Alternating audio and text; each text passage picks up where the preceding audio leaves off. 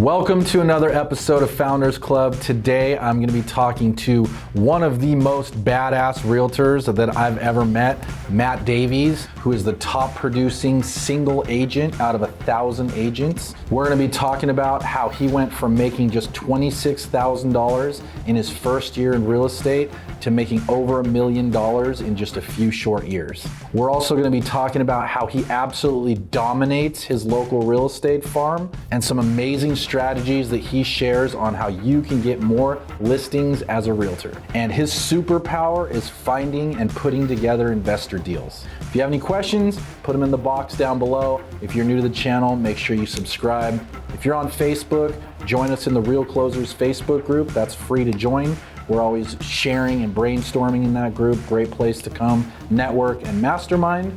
And we'll see you on the inside. Okay, so we are live right here. This is an exciting day. Brand new studio. It's still kind of naked at the moment, but it's going to be coming together, I think, over time. So first and foremost, welcome to the new studio. Thanks for having me. It's what an opportunity to be the first. Yes, and let's crack these beers to commemorate this occasion. We got a Voodoo Ranger Imperial IPA and Modern Times West Coast IPA. All right, well, cheers to that. Cheers. Welcome. Hey, thanks for having me. Welcome to the ground zero of real estate incredibleness. Matt Davies, been a fan of yours for a long time because I've just seen you come up and just watched you like double and triple your business year over year. I thought that particularly now with the pandemic and everything and seeing you just not slow down at all, in fact, even pick up more steam, I think has been really cool. So I wanted to just kind of talk about, one, your story of kind of how you came up, and then also kind of how you're doing deals now and approaching the current market and things to come. Got a whole lot of questions here for you, but I really want to start because I think you have such a good story of really being like a green, new, fresh agent and becoming a top producer in a fairly few number of years. Yeah. And so why don't we take it back to you getting started in real estate and kind of how you ascended up the ladder. Yeah, absolutely. So I went to college for, I'll condense this, for jazz and commercial music, trumpet performance. I truly wanted to be a rock star. Like that was what I wanted to be. And I actually wanted to be Amy Winehouse's trumpet player. Like that was my life dream. She died when I was very in college. Very specific goals. Yeah, okay. yeah. It was, but I even went as far as like learning all the tracks so that if her trumpet player got assassinated and I was at a show, I could go step in and play. Slide right in. But that's that's part of like bringing things into, your visualization and manifestation, right? She actually died when I was in college. It was nuts. And not that she died and so did my dream, but I quickly realized that the other things that I wanted in my life, like a family and a house and comfort and security, were not going to be as based on probability as likely as if I had done something different. So as life as a jazz trumpet player. Yeah, well, somebody that I respect deeply said to me, "How many jazz trumpet players make $1 million a year or over?" And it's a great question. I said I don't know, yeah. and I think it was. I mean, it's definitely probably under 10. I mean, if it's over 100, right. We could surmise. But the field I'm in now, obviously, there's a lot more. There's a bigger pie, right? There's a bigger pie, and there's more slices of it. So I got into medical device sales when I was still going to college. I did a 5-year degree in 3.5 years because I was raised like Irish Catholic, and like if it hurts, like shut up and just do it, and it is what it is. Enjoy right? the pain. Right. And they're like, well, you tell them that you're gonna finish in 4 years. So I did summer school and winter school, and the big thing I learned out of college was getting to the bottom line and just what do I have to do to satisfy this thing and the requirements. So I got into medical device sales, and I passionately hated it immediately. I was living in LA. I was driving 3 hours a day. I was working 90 hours a week. I was, eating a big bowl of ice cream with M&Ms and a tall vodka soda by myself in my apartment to put myself to bed. And I was visiting 18 different doctor's offices a day, and something about it wasn't for me, but there was something about it that was for me, and it was about connecting with people and being in sales. And something I've thought about recently is sales is really just helping people untie knots in their brains. You know, it's kind of like therapy, right? You're just helping them untie the knots, and you're not you're not necessarily selling them, but I hate this word, unpacking. You're unpacking for them. Right, and helping them look at things through multiple dimensions and different directions and pros and cons. So long story short, I quit the medical device sales world. I moved back to San Diego. I grew up born and raised in San Diego. I went back to a life that I wanted to live. I grew a mustache. I joined a Latin band. I worked in a restaurant. I surfed before work. I surfed after work. I had a six-pack. It was rad. And then I just got to this point in life where I felt like I was missing something, you know, and I wasn't following after my true potential. And my family is like, my mother's an optometrist and my dad was a commercial sheet metal worker for 28 years. And my dad always told me, he said, make sure whatever you do, you work in a field where you're not trading your time for money. You don't want to work on that skill. You don't want to trade time for money. And it always was deeply impactful to me. So I was working at this restaurant, having a great time, with a sweet mustache, and these real estate agents used to come into this restaurant that I worked at, and they'd take long lunches and drive Range Rovers, and they knew all the people, right, and talk to everybody, right? And I was like, what is it that you guys do? And I know these guys, and they're really good guys, true. And a couple of them sat down with me and said, well, this is what we do, and this is kind of how it works, right? And so I got my real estate license, and January 4th, 2015 was my first day in real estate. So it's crazy to say this is the beginning of my 15, 16, 17, 18, 19, 20. This is the beginning of my 7th year in real estate. So my first year was really rough. I sold 6 houses. I worked, which is, great, incredible. But in the calendar year, I sold 6 houses. I was in the office, cold calling, practicing scripts, calling expireds, calling for sale by owners, door knocking, calling everyone I knew. And granted, I was 24 years old. So that was a little bit of an objection or a barrier that I learned to handle. And small little snippet for people, if you're young and you're getting into a business and someone says, how old are you? The best reflex response is guess and smile. Right? Like that. It's a good tip. Well, guess. Yeah. Right? Yeah. Just because it's a question of, people are not so sure about you, right? Maybe. I don't know. They're just curious.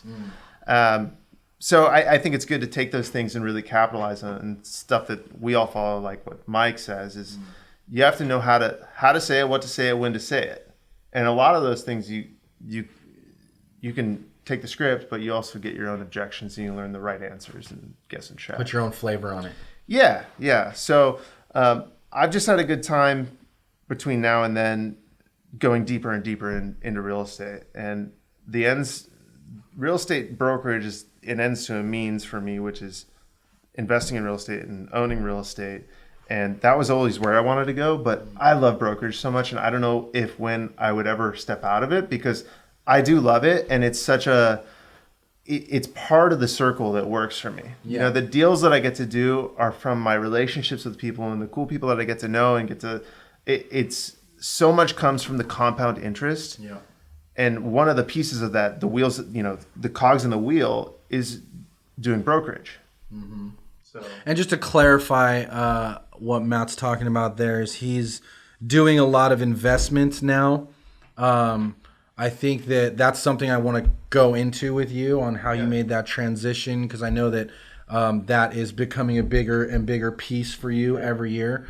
And but let me circle back to just the real estate thing, right? So year 1 you sold 6 houses. Right. Year 2 you sold how many 9 houses? 9 houses, and then take me up the ladder to last year being the top producer. Yeah, and I'll go like a little in depth on I don't know, or I should say the pain, but I feel like when I was at that stage, no one was telling me the truth, the nitty gritty of stuff, mm-hmm. right? So I made $26,000 after brokerage splits, which is, it's rough, but thank God I was 24 years old, so I was used to living on peanuts. And I was like buying and selling electric vintage pianos to like stay afloat, and like I'd buy them for $400 and resell them for $800, and spit shine them and take better pictures. And it was kind of like what Eddie V like talks about doing, where you're like, it's just, I don't know what it is, but to keep the dream alive here, I have to figure out how to make some money.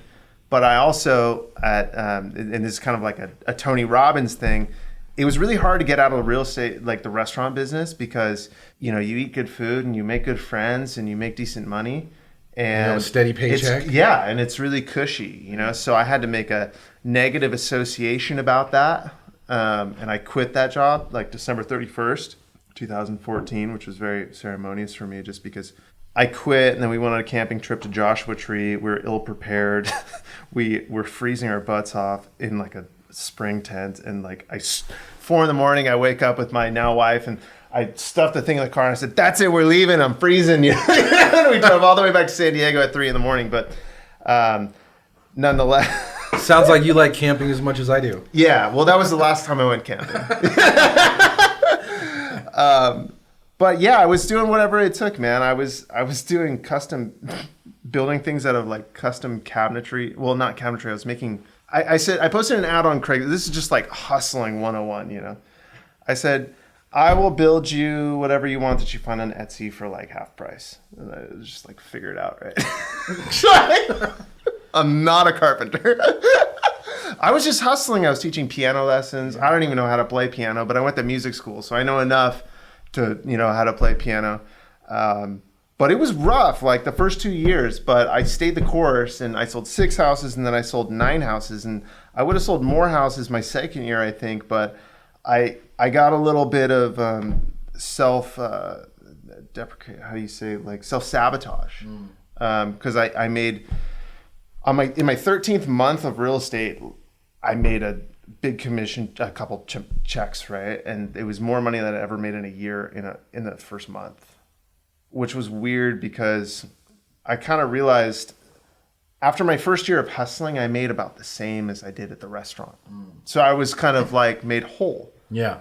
And then that next year, the 13th month, I made everything that I would normally ever make in a year. And I realized I had a bit of a expectation or a pattern in my brain and self-limiting beliefs. And I didn't know what to do. So I kind of stepped off the gas for like 5-6 months.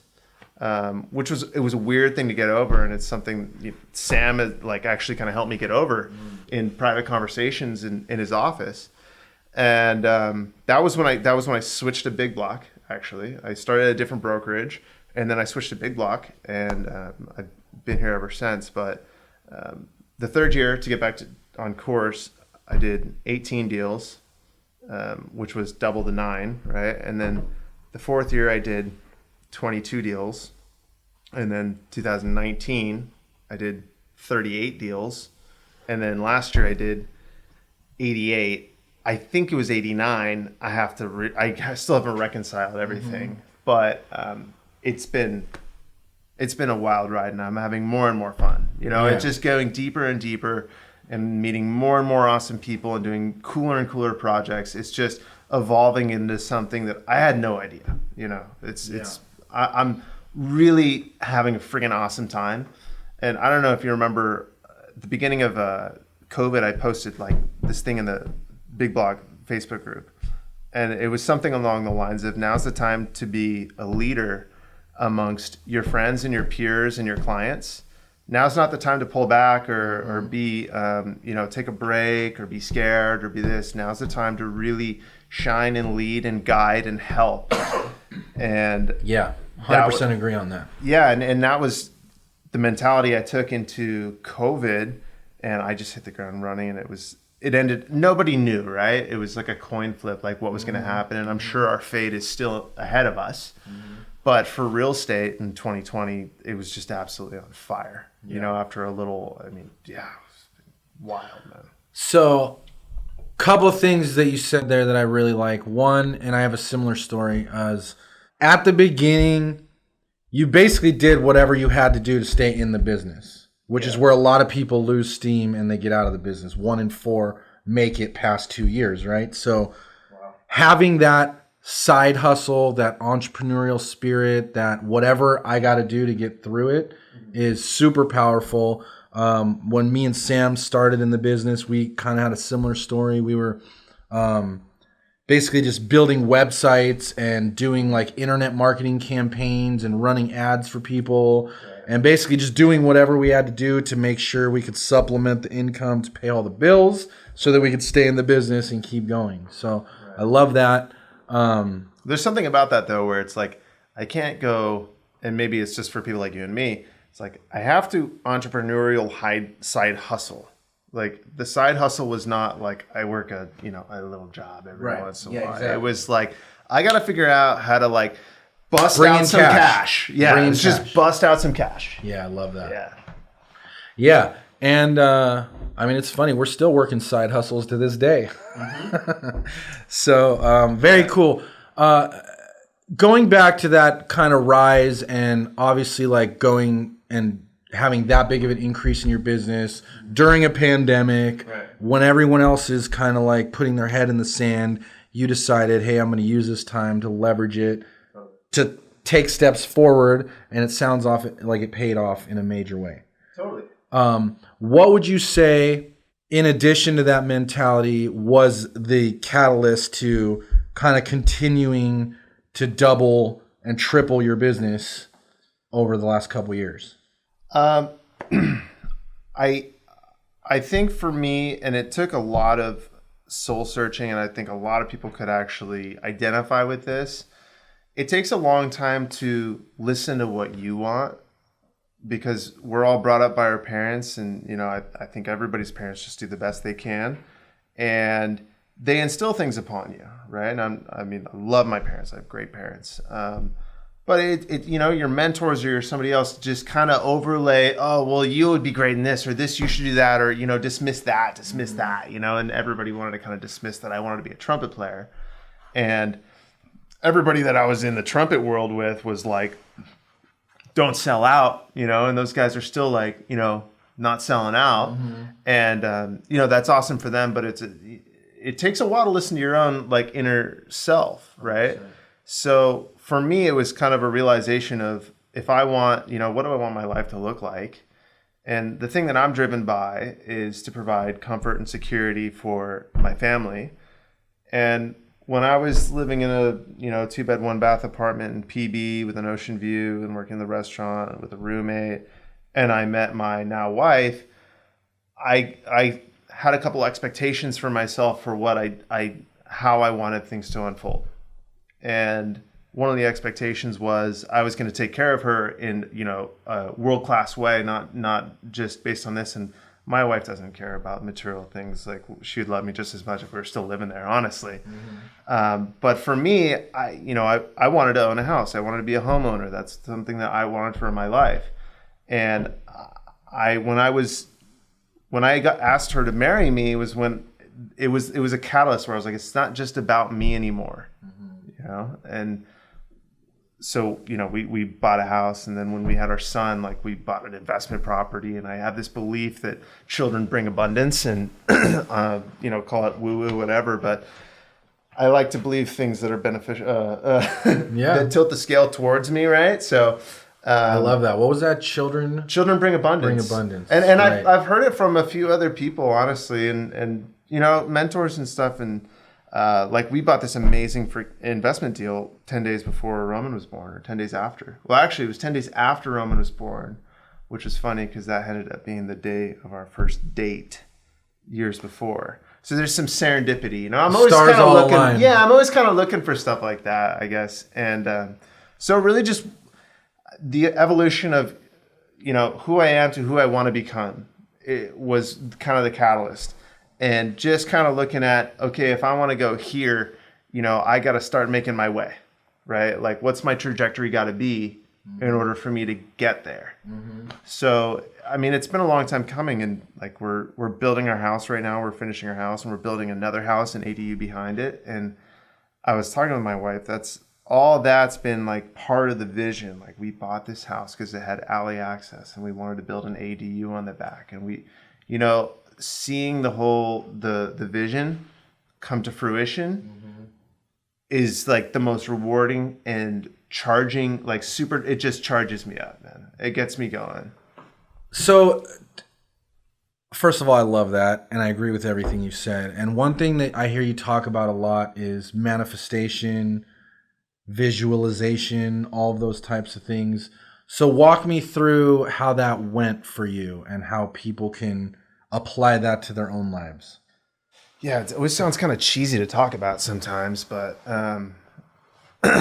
I think there's a and I agree that it's cheesy to talk about, but I think the example you just gave is so real and so exactly the point behind doing those things.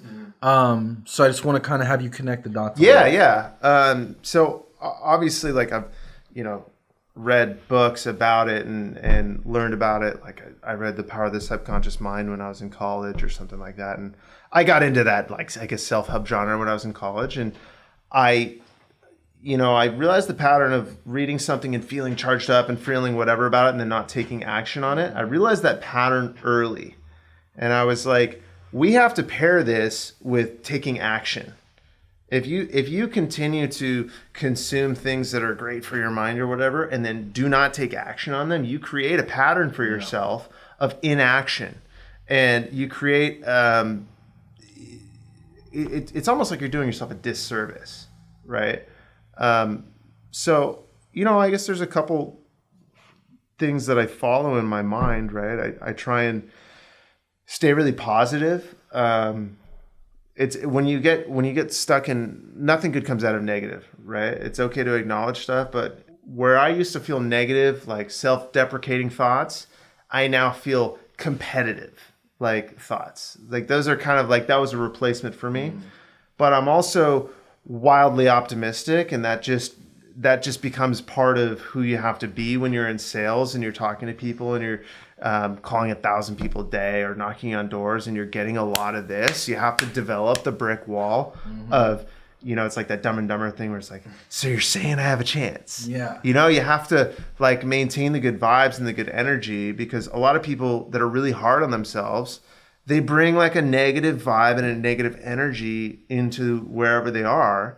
And nobody wants to work with that, and when I was a younger realtor and I wanted business, my promise was, look, I'm going to be energetic, enthusiastic, and I'm going to get this done. Like, I promise you, this is more important to me than it is to Mr. Susan, who's been in the business for 35 years.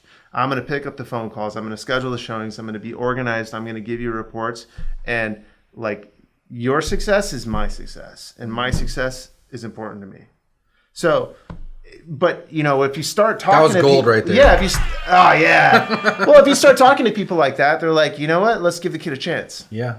100%. Because and before I was in real estate, my one of my mentors in the medical device sales world said, "Get the deal or burn the house down." And he wasn't talking about a house, which is kind of funny because now I'm in real estate. But not literally. But it was like, hey, you're either gonna get it or you're not. You're either gonna go up in flames, but don't leave quietly. And I have a listing right now that I didn't get the first time, but now I have it the second time because the first people couldn't perform on it. But I checked in. I didn't take it personally. I didn't, I got it done. So back to your question on manifestation, it's just dream state, man. Some people worry. Another one is a worry is nothing but a prayer for what you don't want to happen.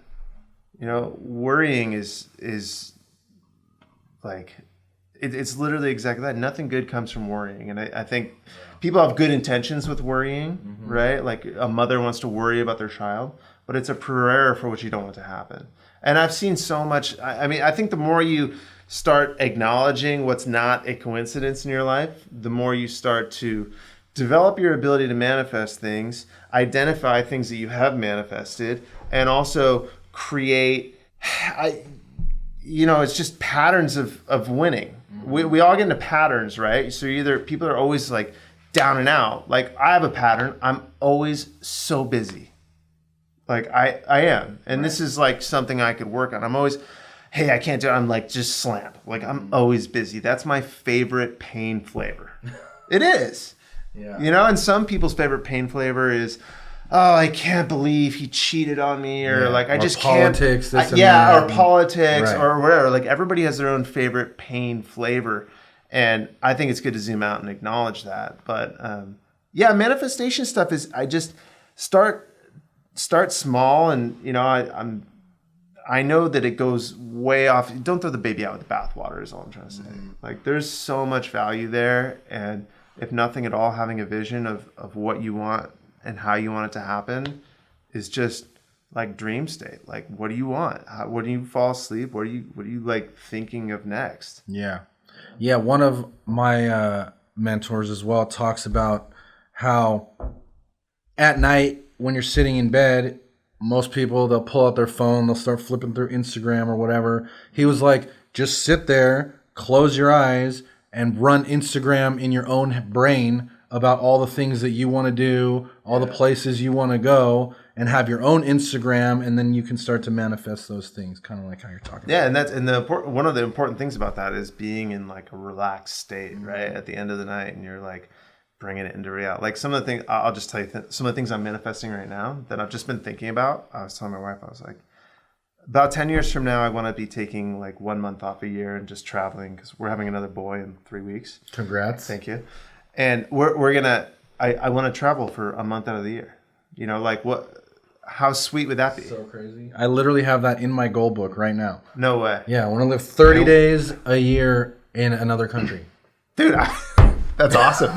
Yeah. So I'll go even further because I'm in your sweet office in your art pad, and one of the things that I'm manifesting is like a man cave office gym. Something I can like pull my car into, kind of something on the back of a property that has high ceilings, like a warehouse space, like a half pipe in there, just like a fantasy factory. Yes, I've been manifesting that, and here I am sitting in yours. Yeah, it's great, dude. In real time, coming into fruition. Yeah. Which is cool because the more you lean into that, I think just me being here, I got closer to mine. Yeah, 100%. Yeah, and to your point, this is something that's been in our head and our goal board and all of that for a long time. And we did exactly what you said. We're in a random office building and we got a warehouse in the back where we can paint and do our thing. We got a podcast studio and it's just all coming together. So love that. Great stuff on manifestation. Now I want to get into the nitty gritty, the real estate stuff. I think that one thing I've watched you do really well is kind of like establish yourself, A, in a market, North Park specifically, and B, kind of like the go-to guy for investors. Sure.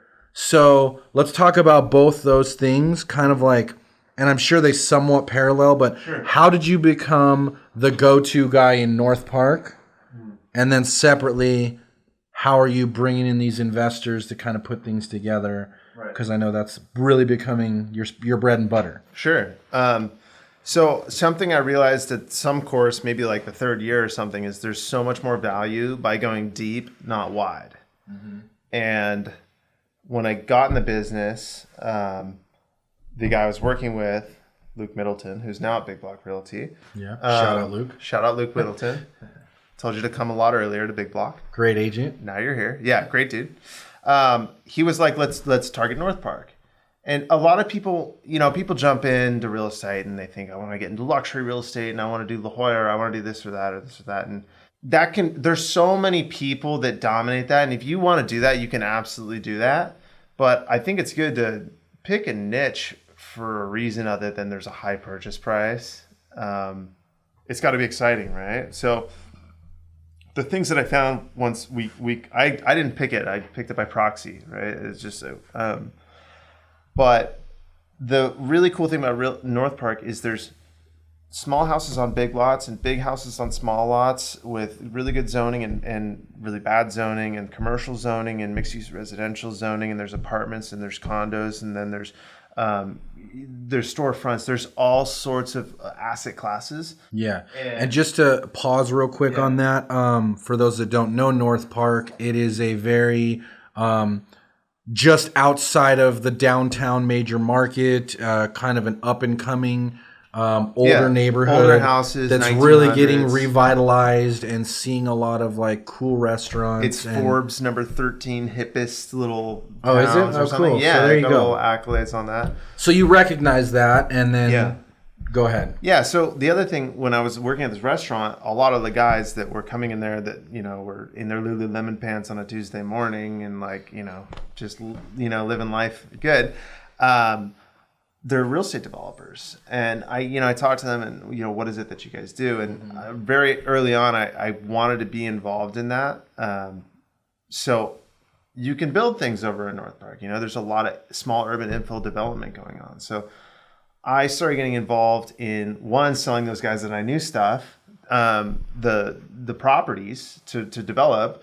And I had this kind of basic premise: if I can find them a really good property and I can represent them, that's 2 transactions. And say they build 5 townhouses, then I can sell 5 more. So one deal turns into 7.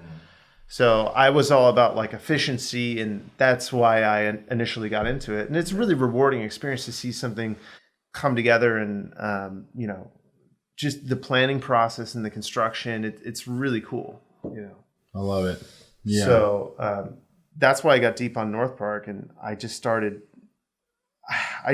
working it, and I started putting these big signs up that said, you know, development opportunity, because I had these development opportunity deals, because I was at the time one of the few people looking at that through that lens. Okay, hold on. Yeah. I already like what you're saying there. Yeah. Let's break that down a little bit. So I was telling you how I became the North Park Whisperer. Yeah, exactly. The North Park Whisperer. So I'm wondering what these signs were. How'd you come up with this idea? Because I'm guessing this is a few years ago when you were only selling however many houses. Yeah. Tell me more about that. Tell me exactly how you did that. Okay. Well, like, they all come from different places, right? One was like door knocking. You know, I get a listing on a corner by door knocking, you know, following up door knocking. And I'm like, I put the big sign in the yard. And the cool thing about having an overpriced listing is free marketing, which I want nothing to do with now. Yeah. But at the time, you were just getting listings by whatever means necessary. I had triangulated it. I had a few listings, and I had the same sign. Okay. So I was getting the same calls, and the people that were calling on the development opportunity things were interested in development, and they were investors. And I was. What did the sign say? Development opportunity, Matt Davies, San Diego, Big Block Realty, 01966504011888. Talk to me about the type of calls you were getting on that sign. I just get a call and say, "Hi, I'm interested in that property. What's the deal with it?" Right. So then you inbound lead, and you start talking to them, and you know, what are you looking for? Are you looking for a house to live in, or are you looking for something as an investment? And just kind of taking them down the path and building a relationship. And then they knew I had value, because if that one they called me on didn't work, I have this other one over here that, you know, maybe it works a little bit more expensive, it's a little bigger, and you can build a little taller. So I answered my phone whenever I know there's a weird kind of people that don't pick up the phone when they don't realize the phone number. Yeah. But I knew I had these things planted. So you're not going to recognize the phone number. Right. So I'm not going to recognize the phone player. And it's like, maybe my next commission check is ringing my phone right now. So I was also, you know, making outbound calls a lot too. So, but I was just talking to the people and adding them to my phone and leaving a tagline, you know, developer or this or that. So I started getting to know the people. But it was a slow thing. I mean, I would take on anything. I still would take on anything, you know. Recapping that, you got a couple listings. Yeah. Overpriced or not, just to get your name out there. Yeah. You had an additional sign that you put in the yard that said, "Call me for development opportunities." Right. You start building these lists of people that are interested in development opportunities. Right. But I would also just keep going back to the deep, not wide, because I think I missed the point. But I got a sign call. I had this mortuary listed on Adams Avenue. It was a duplex, and they're going to knock it down. It's a mortuary. They spray painted over the mortuary. And I'm like, broker hotline, do I need to disclose that someone died? Because they didn't die there. There was just dead people there. They were brought there. They were already dead. Right. Okay. So I have this thing listed overpriced, and I get a call from a woman, and she wants to buy like a 1-bed, 1-bath condo in North Park. And I'm like, I could do that. So I start showing her properties and talking to her and trying to give her really good service and this and that, right? So I sell her a condo, and she's like, and meanwhile, I had this other development deal under contract kind of thing, and I sold it. And this woman happened to have a really good friend that lived next door to it, and she found out, Matt, they're going to build 60 feet next door. Like, I can't believe that. Like, I hate you. You're such a blah, blah, blah, blah, blah. Can you sell my condo? And I'm like, yeah, is this like a trap? Yeah. So, I met her, and because of the course of her, and then, I sold that, and then I made friends with the people on the other side, and I sold that, and I assembled that to that, and it just, it's never about the deal at hand, it's always about the next deal. Mm-hmm. And that's why it's always good to do the right thing and be an ethical and moral and legal, person, and only do right by others, because your reputation will just continue to grow, and it will feed you, it'll bring you more business. And I have this theory that if you only work with people that are really cool and reasonable, and they charge you up and you're excited to work with them, then they're going to refer you to their friends, and birds of a feather flock together. So they're going to have friends that are really cool and reasonable and want to hire you and work with you. And it just, what a cool way to do business, evolves from all the coolest people that I know. And just stacking wins.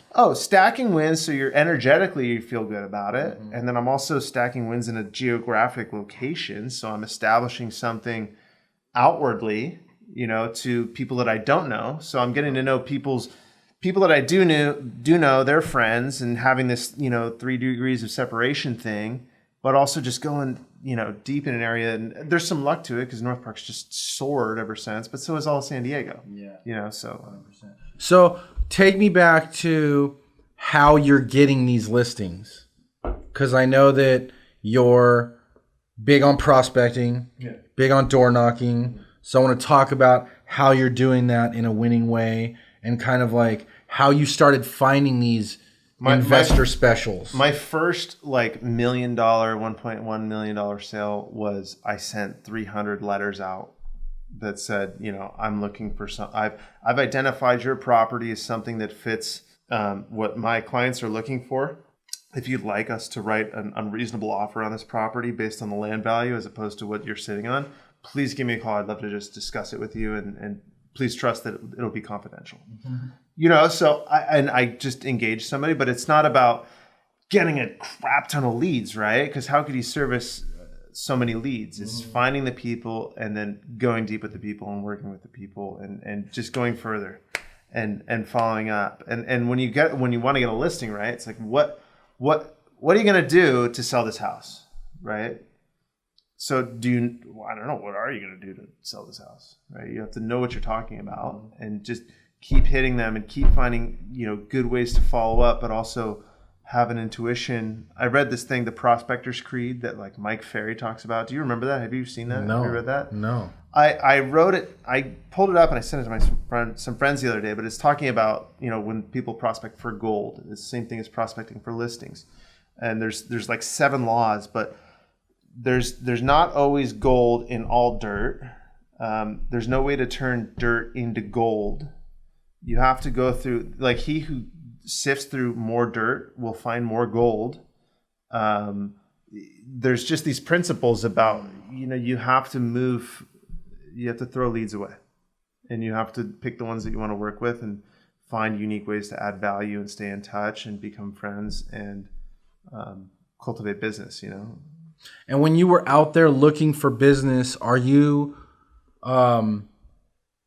looking for beat up properties, vacant lots, or is it just you're door knocking everyone, and if they're in North Park? Depends what neighborhood, right? If I'm so I typically took a zoomed out approach with the data a little bit more, because there's a lot of absentee owners in North Park. In areas where there's a lot of absentees, it's not going to be super efficient to door knock. But I use one tool, it's called Property Radar, where I could just pull up, okay, let me get the owner info and tax mailing address and mortgage and debt amount and last sale history And so I can find that relatively quickly. It's a service I pay for, Property Radar. It's great. It's nothing's totally complete, but don't worry about it being perfect, right? We just have to get the ball rolling. So I would make a unique list where I'd zoom out and find, okay, I want properties with this zoning that are this size or greater. And I would even go like one by one and pick them out. And I'd say, if I'm going to tear the thing down, I want to find smaller structures because there's less of a house for them to sell me. So I can create a better result for them. Right? Because if you have... Yeah, no, I love this. You know I love this. I actually want to go way deeper on this. I want to know... So you're going to Property Radar. Right. You're typing in what criteria... So a lot of it, I have like a very specific area that I'm interested in. Okay. And I mean, I don't know how many properties there are, probably 2,000, 4,000. Okay. So a lot of times I don't use much technology, and that's something that I need to evolve and get into. But the minute something starts slowing me down from taking action, I kind of just toss it. So that's a great tip right there. Yeah, I mean, because a lot of people use technology as creative avoidance for doing the work. Yeah. And creative avoidance, exactly. Creative avoidance. That's exactly right. It is. Yeah. And because there's people that will spend a year working on their website. Oh, I can't be prospecting. I got to update my CRM. Yeah. You're like, I got to clean up the files on that. And that's another thing that I don't have. Well, I do have a CRM, but it's just extremely basic. It's just a Google Sheets, where I put the people in. If I have more than, 10, I shouldn't ever have more than 10 buyers that I'm working with. I shouldn't have, more than, if they're truly leads, you should be turning them into contracts and turning them into sales and then filling the slots with more, right? So, if you can have a great list of them, that's great. So I distilled, there's a lot of fancy technology, I think, to do it, but I look for something very specific, and it's actually easier if I just do it by hand. So I want to go deeper on that too, though, because I want to start looking at equity lists and looking at trusts, properties that are owned in trusts for certain amounts, and look at those key triggers. But it's really easy, deep black hole to fall into, and then never... Because you fall into this, I got to make this perfect list. Yes, I got to make the perfect list. Okay, so... you've found the list of whatever you're looking for, and this could be different for anybody depending on if they want development deals or equity deals or short sales or whatever they're looking for. You've identified that. What's next? You're looking in this 2,000 to 4,000 homes. Okay, so what's next is just gang bang them. Okay, go on. Every direction, dude. Okay. Call them, mail them, knock them, show them at their house. Call them, mail them, knock them, show them at their house. Leave them cookies. Call their friends, add them on Facebook. Like, and I'm not talking about like if you get a hold of somebody and they don't want to sell, you can that's okay. You don't need to add them on Facebook. It's okay to move it. Yeah, one of those like prospector things is turn you can't turn dirt into gold. So if they don't want to sell it for whatever. But you have to be able to find a good way to get to the bottom line. And the best script that I've ever used is, hi, this is Matt Davies. I'm a local real estate broker. And I was just wondering if you might be thinking about selling your house. That's it. That's it, man. Get to the point. You don't say... just get to the point. I love that. No, I'm a less is more guy, so I'm all about that. Are you saying, hey, I have investors that are interested? Or are you saying, you're just literally saying, are you interested? Yes or no? That was the script, but the script changes as you go further. But I think the important thing, there's data around this, right? Out of 100 people, 10% of, let's just make up numbers. 15% of people are interested in selling their house. Of those 15%, 5% of them are actually going to do it. So if you talk to 100 people, 15 people are going to be interested, and 5 of them are actually going to do it in the next 12 to 24 months. So you got to know that, like, one, I mean, how do you feel when you get a prospecting call from somebody? I'm like, get out of here, dude. Go away. Especially when they throw one of those lines like, I'm not calling to sell you anything. I'm like, oh, dude, I hate you even more than. Or they start with, do you have a second? Yeah. It's like, just get to the point. I do use that one with people that I know. but only in a like. That I agree. That's more of a common courtesy. I just think If I got a chop, if I got a chop, yes. Yeah, if I'm prospecting, the first question is not, can I ask you a question or do you have a minute? It's, I see your house on XYZ street. Yeah. I have a client possibly or whatever your pitch is. Are you interested? Yes or no? Yeah. I just go straight into like, this is who I am, and I'm just wondering if you want to sell, if you're interested in selling that property, and it's part of like just calling to see if you, and it's important the gait and the mannerisms and it's NLP, right? No. I was just calling to see if you might be thinking of selling your home. Yeah.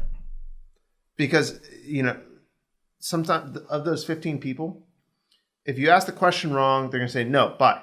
If you ask the question right, they say, it's funny that you call. I was thinking of it. How did you know?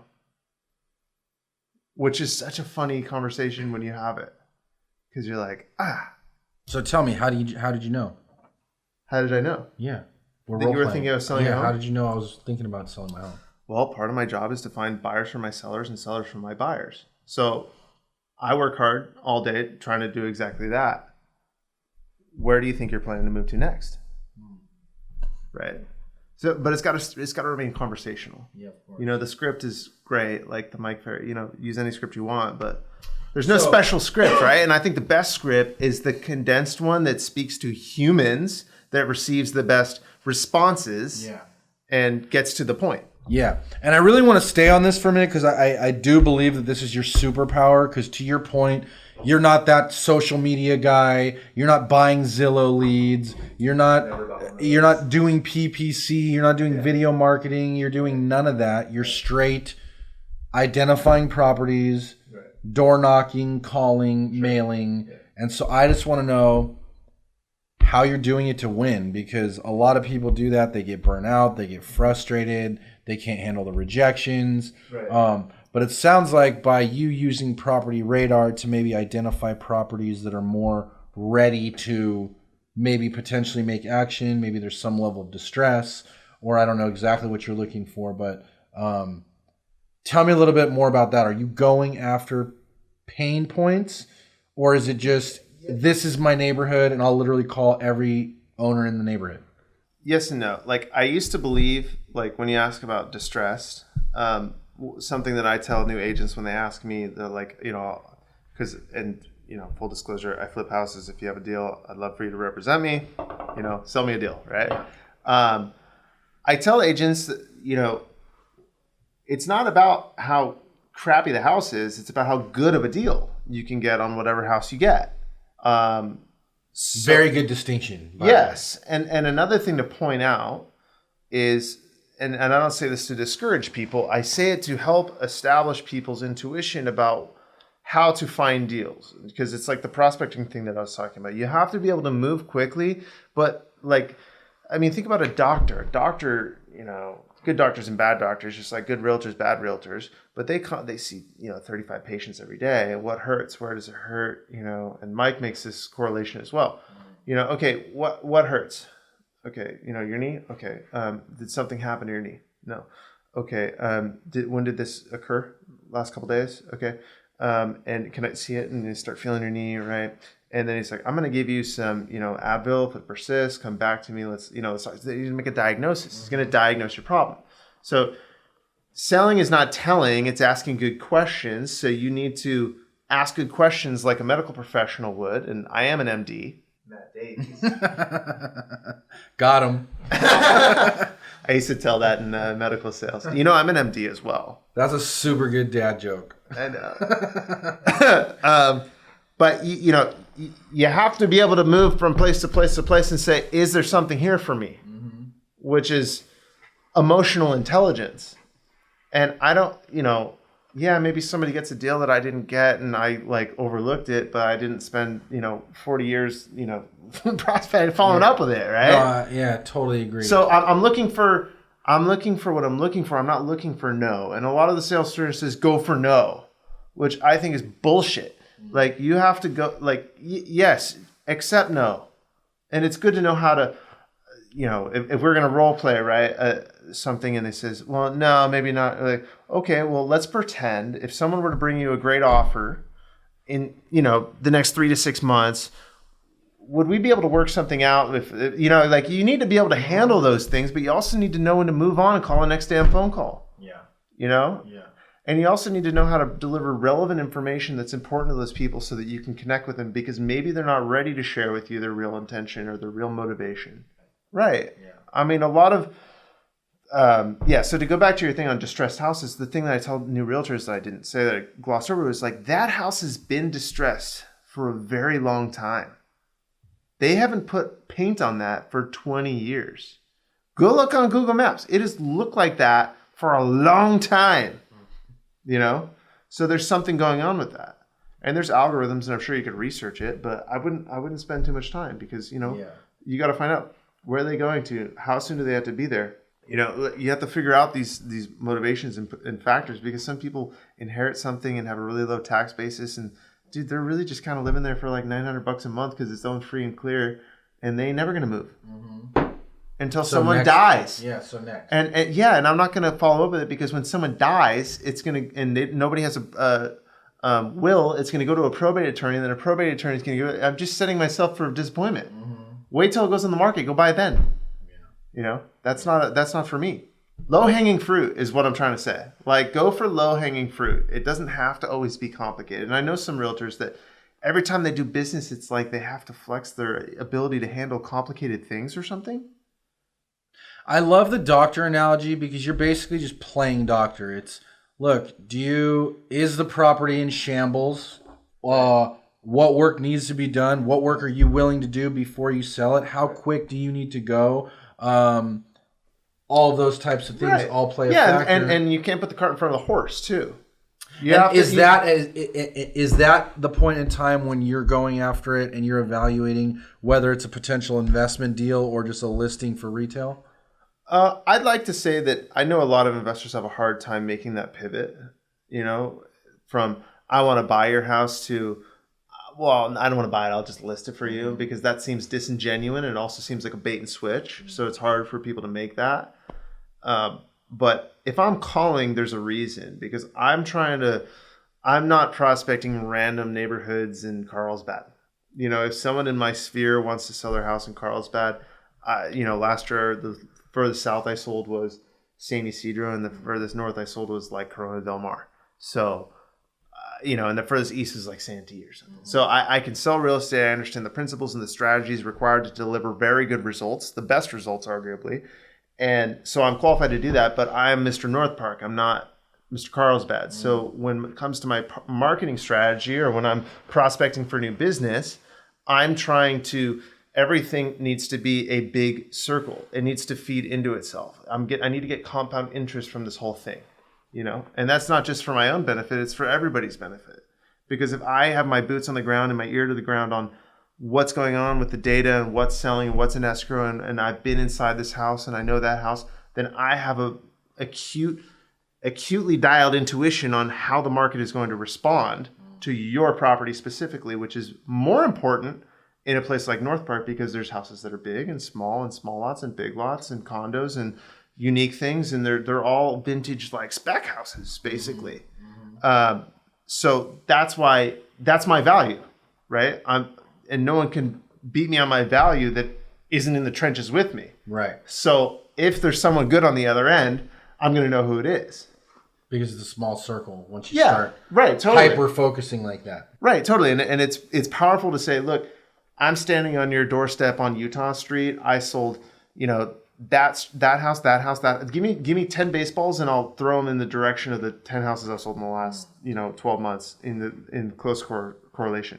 Yeah. And, and the power of being able to say that in terms of just getting more business is so like the momentum just starts to build. Well, it's conviction, yeah. But I'm not lying to myself, and I'm not lying to my sellers. Like, I have dedicated myself to this area. I am not a La Jolla specialist. Right. Like everybody claims to be a La Jolla specialist. Right. I am not. Yeah.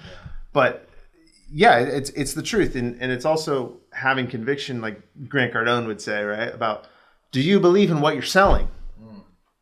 And if you can't back it up, then of course you don't believe what you're selling. If you don't have the data and the stamps on your passport, then you have no business prospecting this stuff. And the belief that if someone doesn't hire me, they're going to be worse off. Yeah. Which is so true. Which comes through on the phone when you're talking to people. Yeah. In person. Right. Yeah. And that's, I think, what's important about your whole line of questioning. And that comes from the knowledge of the local market. Yeah. You don't have the confidence until you have the knowledge, and you get more knowledge when you hyper-focus. Right. Because if someone says, well, what happened at 123 Main Street? This is comparable to that. And if you haven't walked inside that house, seen that house, and be able to say, well, the agent double-ended it, and it was only on the market for 36 hours. I know 4 other people that had, they never sent a seller multiple counteroffer. They never got to see the true market value of that home. Mm-hmm. And I know the story behind it. And I spent time with appraisers telling these stories. Yeah. Storytelling is so important too. 100%. And also to guide them towards the right decision. Because if they hire somebody in my market that's not familiar with my market, they're going to get a subprime result. Mm-hmm. And guess what? I'm going to be on the buy side. And if I'm buying it, it's because I'm getting a deal. Yeah. Yeah. Which is the other benefit of hyper focusing, because you know what's a deal and what's not right away. Right. Because you know the streets, the neighborhoods. Yeah. The last one somebody called me, they're like, hey, here's the address and here's the price. Do you want it? And I was like, hold on. Yeah, I'll buy it. It was like that. Yeah. Because bird's eye, I know what it is. Exactly. Exactly. Love that. Great tips on all of that. Let's talk about what types of deals you're looking for now. Oh, we going to number 2? I am. Oh, man. I got a 9%er, so I'm still working on number 1, but what do we got here? Pineapple cider? Yeah, we're gonna ease you into some, I don't know what percentage that is, but yeah, let's talk about types of deals that. Okay, hold on. Let me take it back full circle. Yeah. So it sounds like what I'm hearing, the Matt Davies playbook is hyper focusing on a neighborhood, really learning it, going prospecting for listings by land, sea, and air. Yeah. Getting a listing, leveraging that listing to put extra signs talking about development opportunities to help make the phone ring, to help you build a list of developers for when you find those types of deals when you're prospecting. Right. Now you can either say, hey, I've got clients that can buy this right now, or we can list it for retail, and then that way. Yeah, I mean, I think it's a really accurate summary, and to add a piece to it, it's just about squeezing all the juice out of it. And that doesn't, and maybe exploiting is the wrong word, but exploit all your opportunities. And by that, you're going to help people doing that, because I'm better served to serve my clients, better equipped to serve my clients, because I know these things and because I study these things. And because at night, when I'm sitting on the couch, even if I'm watching TV, I'm like, what did that sell for? And I have my little ways to find these things. And I'm across a couple different things, like I even use Redfin, because Redfin has sold properties, like they're connected somehow to like the county courthouse. So if it's sold off market, they'll show me that this sold off market this date for this price. That's great. So I have my spreadsheets where I add that stuff, which is cool, because if I'm talking to somebody let me just share with you my little nerdy collection, we can go deep on it. Yeah, hold on. That's what I was going to say. I need to pause you right there, because I heard you just say, I added to my spreadsheet. What does that mean? I just mean, if there's something that had development potential and it's sold for something, I have that in a spreadsheet somewhere so that I can handle objections about it, and I track it, and I look at the permits that are being processed, and I start to meet the people, and I call the owners, So I'm tracking these things because I know that there's progress is going to happen. And I also live in North Park right now. But that's how I got, I have an investment property in North, but that's how I got it. I was just looking at the data, and I'm like, what is this? This is an anomaly.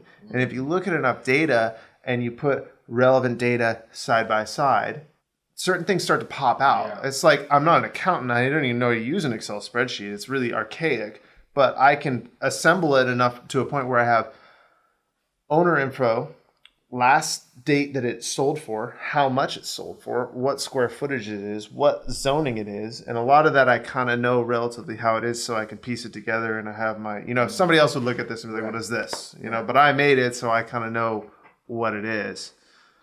Yeah, that's great. I mean, the level of detail that you're going to study and understand the market is what's separating you from the pack. But it's only meat and potatoes. Yeah. Because, if something's sold for, if something's 10,000 square feet and it's sold for $1 million, that's $100 a square foot. And you're only looking at square footage if you're looking at it from like square foot of dirt, not square foot of structure. Right. So like me personally, and this is probably divulging too much, but I'm looking for small structures on big lots with good zoning, because I'm buying a house and getting a discount on the dirt, and I'm either... Tell me what you mean by good zoning. I mean, every municipality has its own zoning, but when I mean good zoning, I see there's value add. You can build more units here, right? What would be a zoning type that you're looking for where you're like, oh yeah, I like that? RM39, RM38, RM25, RM3-7, CN1-4, CN1-5. Like they're all technical. So these are all residential codes that allow for what types of things? Multifamily development, apartment buildings. But you can go like that's the max that you can go to, and then you can go through.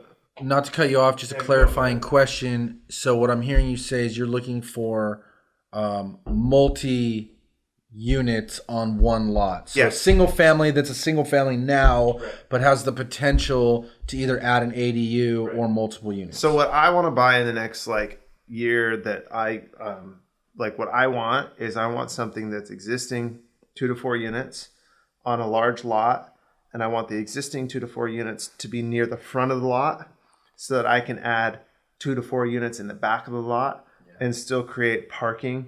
Yeah. And things that are important to me are parking and in-unit laundry. So if I can, buy something like that, make it distressed, I buy it distressed and I fix it up, and then I rent it and I Airbnb it or whatever, and I put up a fence. And then you're getting permits. While I'm getting permits, and then I'm adding value. Because to me, it's really hard in San Diego and this is, I'm not building 100-unit apartment complexes. Maybe one day I will, but I'm just having a good time adding value to existing things. And to me, it makes the most sense, and there's the least amount of risk. And I also think there's a cool intersection of, if I can get walk score. Does anybody ever look at walk score? What's the walk score? Yeah. It's an apartment thing, but I'm like, okay, I know that if I'm marketing this, I'm going to tell people, this is a 92 score on the walk score. Yeah, you're down the street from everything. Right, which long term is really good, in my opinion, for having tenants. And I want to position properties that I own and guide investors that I represent to owning long-term properties that they're going to rent faster and for more money. Yeah. And part of my background being in art and, just as a musician, I just looking at things from multiple different directions and analyzing them, and what's cool to create. I want to create my own little micro communities, I love that. And I was even thinking over the weekend, I was like, how can I do a slash and dash flip, but add something, and I'll tell it, because it's like Elon Musk with the Tesla. He released the patents for that stuff, because he's like, this is a thing that I did, and I want everybody to do it because I want progress, right? So something I do now is white market lights on flips, because it really defines a spot. It's not expensive, but going a little bit further and making sure the place is clean and dialing the thing in and making sure it smells good, the tactile sensations. This is my background is in hey, how do we set up our set so that we and so it's theatrical and it's engaging and it's interesting, and we make a transition from here to there and here to there. So my goal in the next year, I want to buy another duplex, threeplex, or fourplex and add another 2, 3, or 4 units, however I can fit. Look at that perfect intersection of spending money and adding value. Just hit that perfectly. Because there's a point where you obviously we can speak on a high level about this because you do it as well. You in your apartment complex, and one of them in Arizona, if you're gonna add a pool, I don't know the market out there. Maybe it's a good investment. Maybe it's a bad investment. Right. But based on the deals that you looked at, you know that like that's not a good investment. Right. So when you talk to people that are interested in buying stuff like that, you're like, don't do this. It's terrible. Don't waste your time. Yeah, you're like, I could explain it to you in long form, but that's a dead end. Don't do it. So my idea with the pergola, so I want to build really cool indoor-outdoor rooms are really sweet. Yeah. In San Diego. Yeah. I have one in my house that I'm building my house that I was telling you about earlier. And I have this like 400 square foot room that has like 3 sliders on both sides. Yeah, it's beautiful.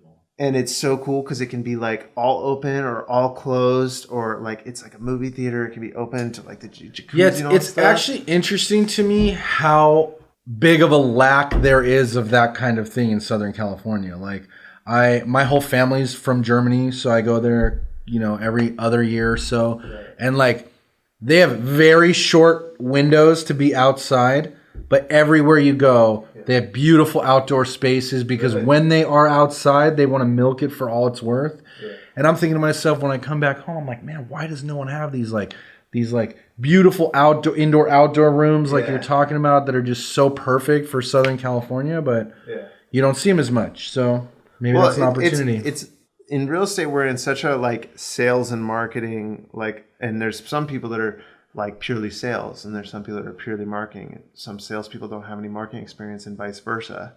And I think the thing of 2020 for me is, and something that's becoming more and more apparent, is how important it is to have versatility in whatever you're doing. It's important to be able to know how to get the deal, manage the deal, finish the deal, do the disposition of the deal, refinance the deal. You got to know a lot about a lot. Mm-hmm. And if you're knowing a little bit of lot, you should be looking for your opportunities to be more efficient, right? Because that's where the savings, the deal is. Yeah.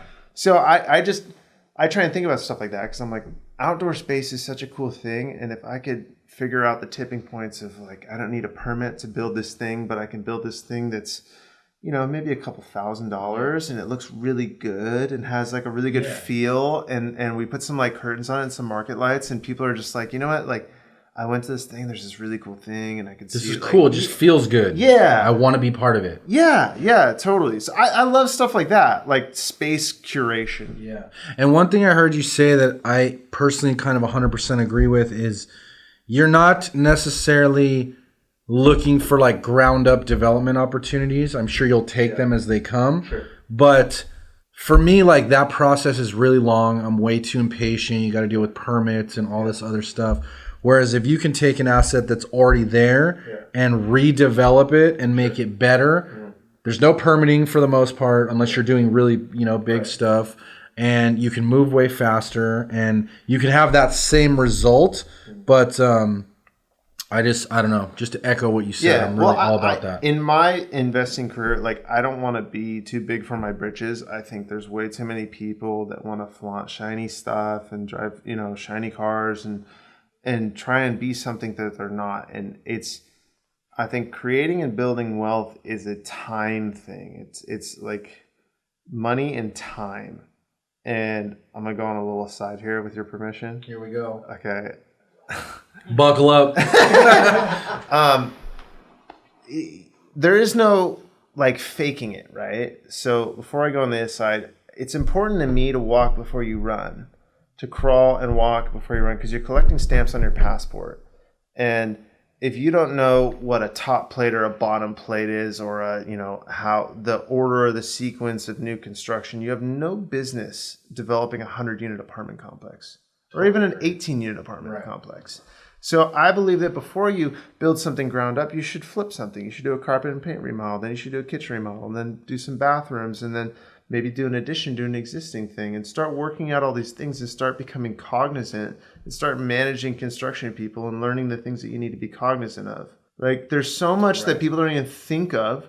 And the more I learned about construction, the more my intuition for buying existing develops. Because if I look at something, one thing that I will not buy is a property with drainage issues. Mm-hmm. I want no problem, because I literally cannot change the grade of the property. I can't jack the thing up and then put more dirt under it. It's impossible. Mm-hmm. And if every winter this thing floods, I want nothing to do with it. I don't care how good of a deal I'm getting 100%. On it. You know what I mean? So I think it's important, and maybe I could go bigger, faster if I went, but I want to be just, if this is my comfort zone, and this is kind of a thing that I learned in music, like you have to be, if you're comfortable performing here in the practice room, you're stretching it, and in performance, you want to be inside that because you want to execute on a high level.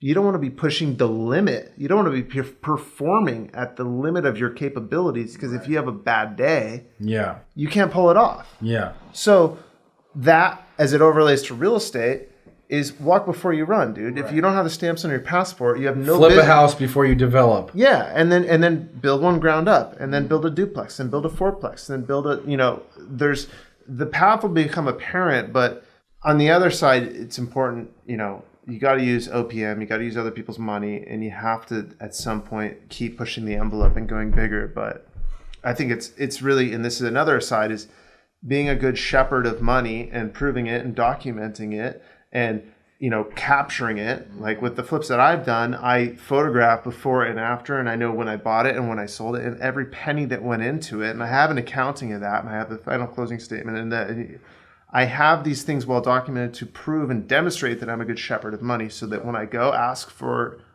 $10 million to do this, people say, you got the track record. Yeah, you can do it. He's not just a smooth talker. Right. He's done it. So the side that I was going to go on was, there's people that, there's a lot of young Instagram people trying to create a reality that's, and that's, it's not anything I'm involved in, but money isn't real.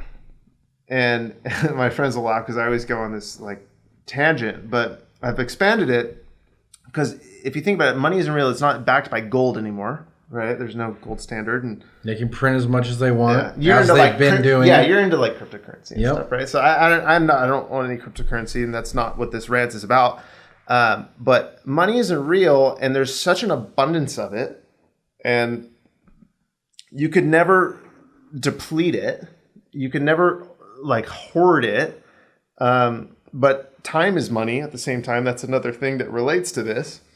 You just have to create it and harness it. Tell me what you mean by money isn't real. I think a lot of people, what I mean is there's so much opportunity. So much opportunity in real estate sales, in mortgage, in title, in every sector of real estate, right?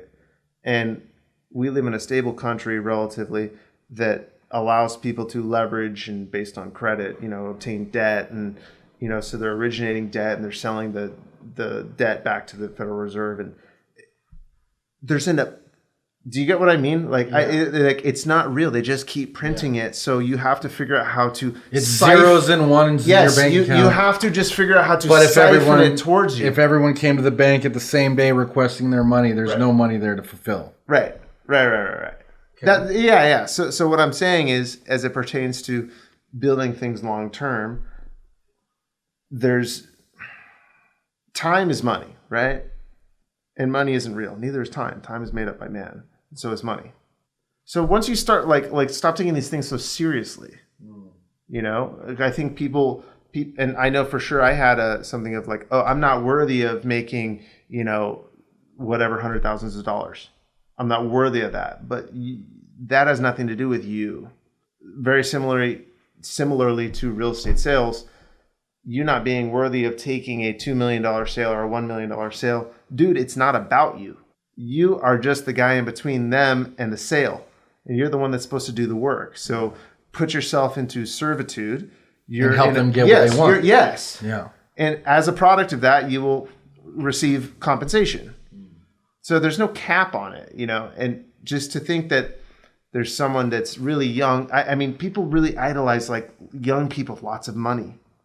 But a lot of people that are old that have lots of money, it's been compound interest and built and built and built. And it's time.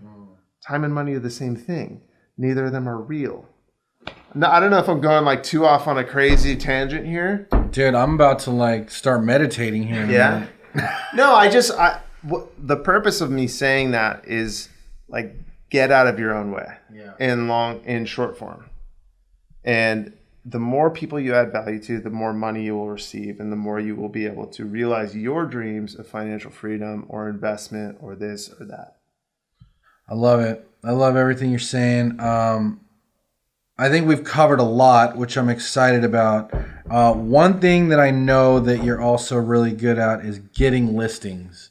So I just wanted to know, do you have any tips for the people out there getting listings? What you're doing, what's working, what's not working?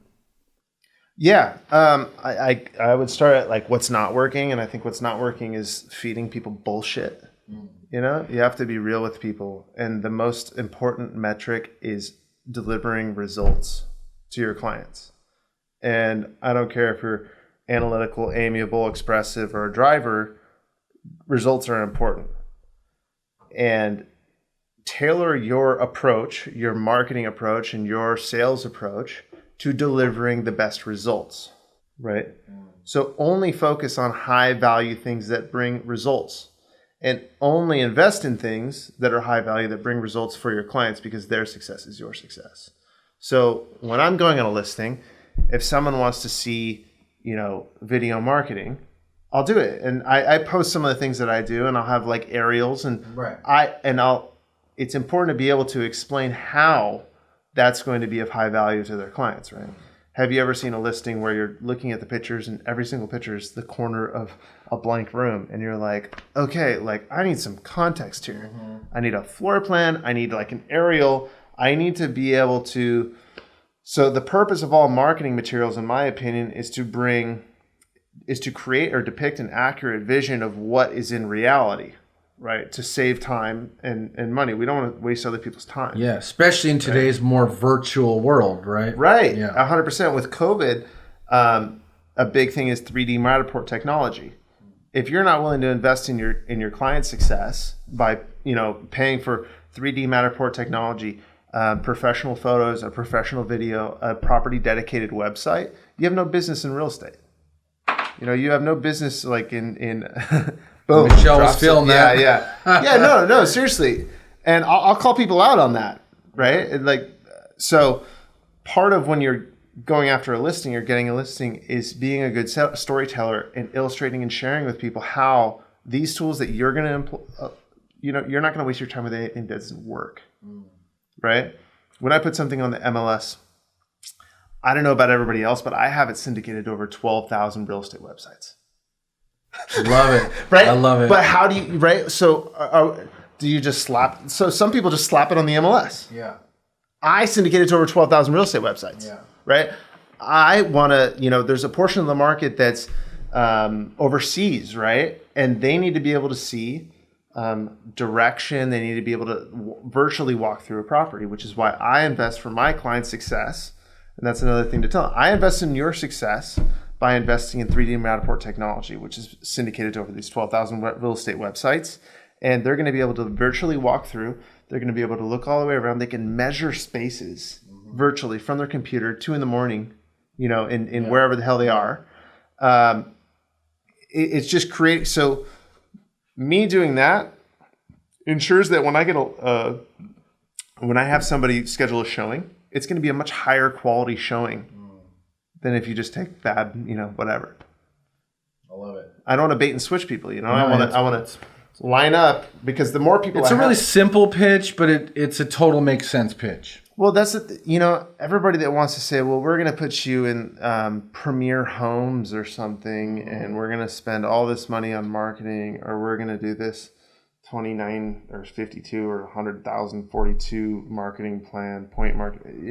What are we doing? Right? No, we're going to leave all that behind, and we're only going to focus all in on the most important things that brings more people to your house. Because the more people that look at your house means the more people are going to write offers on your house, and the more people that write offers on your house is going to be the more people we can negotiate up to ultimately sell your house for more money than it's worth in an emotional situation. And that's the only way I can sell it for more money. So whatever anybody else says, I don't care. Because you're right. That be great? Yeah, won't that be great? You would like that, right? you would like that, wouldn't you? Yeah. Perfect. No, man, great advice. I love all that. And One thing I know that also when you're looking at deals, you're really savvy with, and I think a lot of people miss the boat on this, is cash on cash return. Sure. So what are you looking for on a deal right now? I know you said you're looking for value add opportunities, small houses, big lots, being able to add extra units, stuff like that. Is there a cash on cash target that you're looking for, or is it really just the type of deal that you're looking for? I don't use that metric too often. I think if you have to put it into a spreadsheet to evaluate whether it's a good deal or not, it's probably not a good deal. If it's going to be a good deal by a couple, like by this much, it's not that good of a deal. But my back of the envelope is if I'm going to buy something, like what I was talking about, where I'm going to buy two and then add two, the front house has to carry the mortgage. It has to be cash flowing.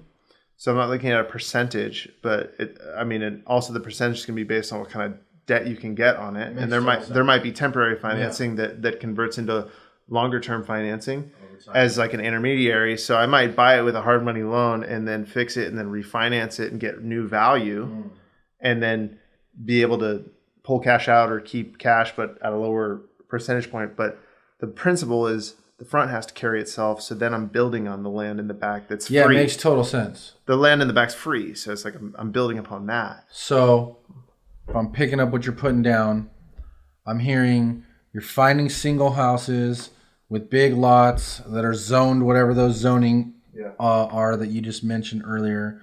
You are Airbnb-ing them or long-term renting the units to whatever you got to do to pay the bills on the whole deal. Yeah, or while you're waiting for permits and all the stuff to come together for the back end. Right. And the ultimate, so like I have one right now that's 3 units and it carries itself and cash flows, but I'm not putting too much money into it because long term, I'm going to sell this to someone else who's going to demolish it and build like 40 units on it. So you'll get the plans approved and then sell it, or what's your No, because people, and this is a niche market thing where people that do small infill urban development in North Park want to make their own plans because it's part of the process that, like their vision. They don't want to take over my vision most of the time.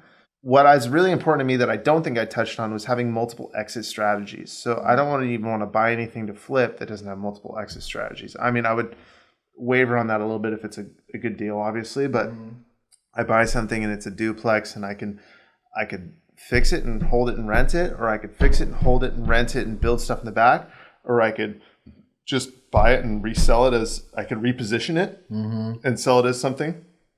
So I have different... Or just wholesale it. Yeah, or I can just wholesale it. But I could send it, there's different directions that I can go. And a lot of times you're not going to know the right answer until you dig deeper on it. Yeah. But that's like the art of the thing. But I just, to me right now, it's finding out like what's the trajectory and what's the goal, because I think I said in the thing that Michelle sent me the other day or last night was, if your only goal is to like buy something and pay it off and rent it out, like go deeper, right? And it's not going to take you can be a full-time professional investing in something and still, it's not going to take your whole life like worth and time to do it, but just buying a condo and paying condo dues and doing all this stuff, it's just a terrible investment. It's like, okay, so let's do a little role play here. Okay. I'm a buyer. I say to you, I want to buy exactly what you just said. I want to buy a condo. Yeah. I want to put 20% down. Yeah. I want to put a tenant in there and pay it off over time. So I have a caveat on this, and I will tell you what I believe on it, but I also sell real estate to any consenting adult. So if that's what you want to do, then that's what I'll help you get. Right, but I will tell you my opinion on it, irrespective of whether that's going to lead to me selling you a house or you going elsewhere. Okay, I will tell you because I believe that it's all going to come back, and people need to know. Right. So let's hear it. What would your advice be on that? I always prefer. I don't like. I mean, it's a personal preference thing. It's just like investing. Let's just say I'm asking you for advice. I'm not coming in like, hey, I want to buy this. I'm saying, hey, Matt, I'm thinking about investing, thinking about buying a condo. Yeah. Open to other things. What's your advice? My advice would be if you want to buy a condo in a great walkable area in a newer building that has healthy reserves and you want to live there for a good period of time. I think you want to evaluate that from the position of, is this going to have great appreciation potential? Because everybody needs a place to live. I'm not knocking anybody on that. But if you say, I want to buy an investment, I'd say, consider this. Why don't you buy a duplex somewhere, live in one and rent the other one out? You're not going to have HOA fees. You're going to have the ability to rent out part of your investment. You're going to have owner-occupied financing and debt that's going to be very favorable. So you get great terms. Right. You're going to get great terms. You could move out of it, keep that existing loan and rent that thing and keep it. And you can, there's more to go, right? There's further to go. If you're going to improve a condo, you hit a glass ceiling, you hit a ceiling, and it's going to be based on the comparables at the time. Right. If you buy a condo in a 300 unit building, you're going to be subject to what the market is doing to those model matches right now. It doesn't matter if you put all gold everything. Yes. Yeah. So I just don't believe condos are good development investments. So where would you suggest in this situation that I put my money? Into a duplex if you could figure out how to afford it. And house hack a duplex, that's option one. Any other options? That's the best. Right, I would say buy a house in an area that you want to live in and consider building an ADU if that's something you're interested in. But I'd also tell people, if you're not going to be able to be available all day, every day and be working on site or something, maybe that's a big endeavor. To go down. Which makes sense because it is all personal. I mean, if you're a doctor and you're just looking for a bread and butter rental, then get a bread and butter rental. I have a great client that bought a condo in North Park for $180, and we sold it for $279 a couple years later. And then we traded her into a condo that she bought for $487, and she just sold it for $650. And then we traded her into another one that she bought for $499. So she has ridden the wave amazingly. So it's not one size fits all. Right. And for her, yes, she put money and she improved those things and she did a great thing and she did a good buy but she was also very cognizant. She's an attorney, awesome person, one of my favorite clients. She's very cognizant of okay, every two of every 5 years I can sell something and take $250,000 capital gains tax free as a single person. And roll it into something else. Yeah. So, I think it's important to work things from the forward back and from the back forward. What are you going to do with this thing? And what are your exit strategies? Because if you lived in the thing for 2 years and then you go rent it out and you own it for another 2 years, you're coming up on a decision. If you rent the thing for 3.5 years, you can't sell it and take $250,000 tax free anymore. That's a great strategy for realtors to understand the basic building blocks of tax, repercussions if you don't sell when you should. And totally agree on that. And I think that's something you're really savvy with. For the sake of not going into all that right now, where would you suggest someone can go learn about that game? Because I think that the tax piece is a really important piece that a lot of people overlook. I know you're really savvy with it. Yeah, and I'm learning more about it. There's a great book called Tax-Free Wealth by Tom Wheelwright. I think so. Check that out for sure. Tax-Free Wealth, yeah. It's just playing the game within the system. Yeah. Right? So that might be expanded, but that's more about owning things long term. No, honestly, that is the answer. Go check out Tax-Free Wealth. He really does a beautiful job breaking the whole thing down in extreme detail over hundreds of pages. So. Right. But that's pretty much it. I mean, in a sentence, for a realtor that's brand new in the business, a single person is $250,000. A married couple is $500,000 tax free. If you buy a house for $500,000, and then 2 years later it's worth $1 million, which would be a great buy, you can sell that and take 200, up to 500 if you're married, or 250 capital gains, which is your capital gains on your capital property, property, whatever, tax free. So if you have the opportunity to do that, you should do it. Definitely, 100%. Yeah, that's And there's a lot of vehicles to do Yeah. through that, and that's very complicated. So I don't think we touch on that now. But No, yeah, not at all. I think that it's important. That's it's such a critical piece. basic thing to know, to tell people, because if you have a client that is renting something that they once occupied as their, principal residence, you must occupy the property 2 out of the last 5 years. Doesn't have to be consecutive, I don't believe. But then if they have a rental property, there's, look up 1031 exchange. Those are the 2 most important things. You can depreciate an asset and then 1031 exchange it into something that is equal or greater value and defer the taxes. Yeah, and that's the game. And that's how the rich pay 0 taxes. That's exactly right, through depreciation of real estate. So have a couple questions I like to wrap up with. One, and I'm really curious actually to see what you're going to say to this, because I know you're not a super tech guy, but I like to ask everyone in the business, as far as making your life easier, more efficient, more profitable, better, what's your favorite tool, app, software that you just love to use? Google Sheets. Sorry, man. Google Sheets. Hey, sometimes they're remarkably easy. Keep it simple, stupid. Okay. Sometimes that's the best. What is it called? Complexity is the enemy of execution. Oh, that's good. Complexity is the enemy of execution. Boom! Yeah. And he gave another one earlier, which was Property Radar, which I 100% agree with. Yes, awesome tool. Property Radar is a great thing. It's awesome tool. Yeah. Just get someone's phone number while I'm standing outside. And then, as a fellow dad, I like to ask all the guests this. I have 2 young sons. You have a young son and another son on the way.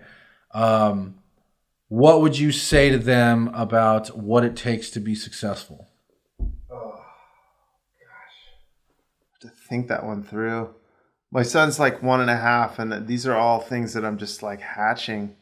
What it takes to be successful. I mean, there's actually something that I tell Roman, my son, and my wife hates it. I say, take no shit all the time. That's great. Yeah, take no shit. Don't ever let anybody tear you down. That's great advice. Yeah. It's simple and I love it. Yeah, he does say Well, there it is. Matt Davies. Thank you so much for coming on, man. Really appreciate it. Thank you for having me. Ton of great insight around just selling homes and doing deals. And again, that's one thing I've always appreciated about you is you're in the trenches, you're making things happen, you're getting creative, you're putting deals together, you're hustling. So cheers to that. Hey, cheers. If you guys like the show, give us a like, leave us a comment. Matt will come back and answer any questions you guys have. Just put them in the box down below. Make sure you subscribe for future episodes, and we'll see you on the next one. Rock and roll. Thanks.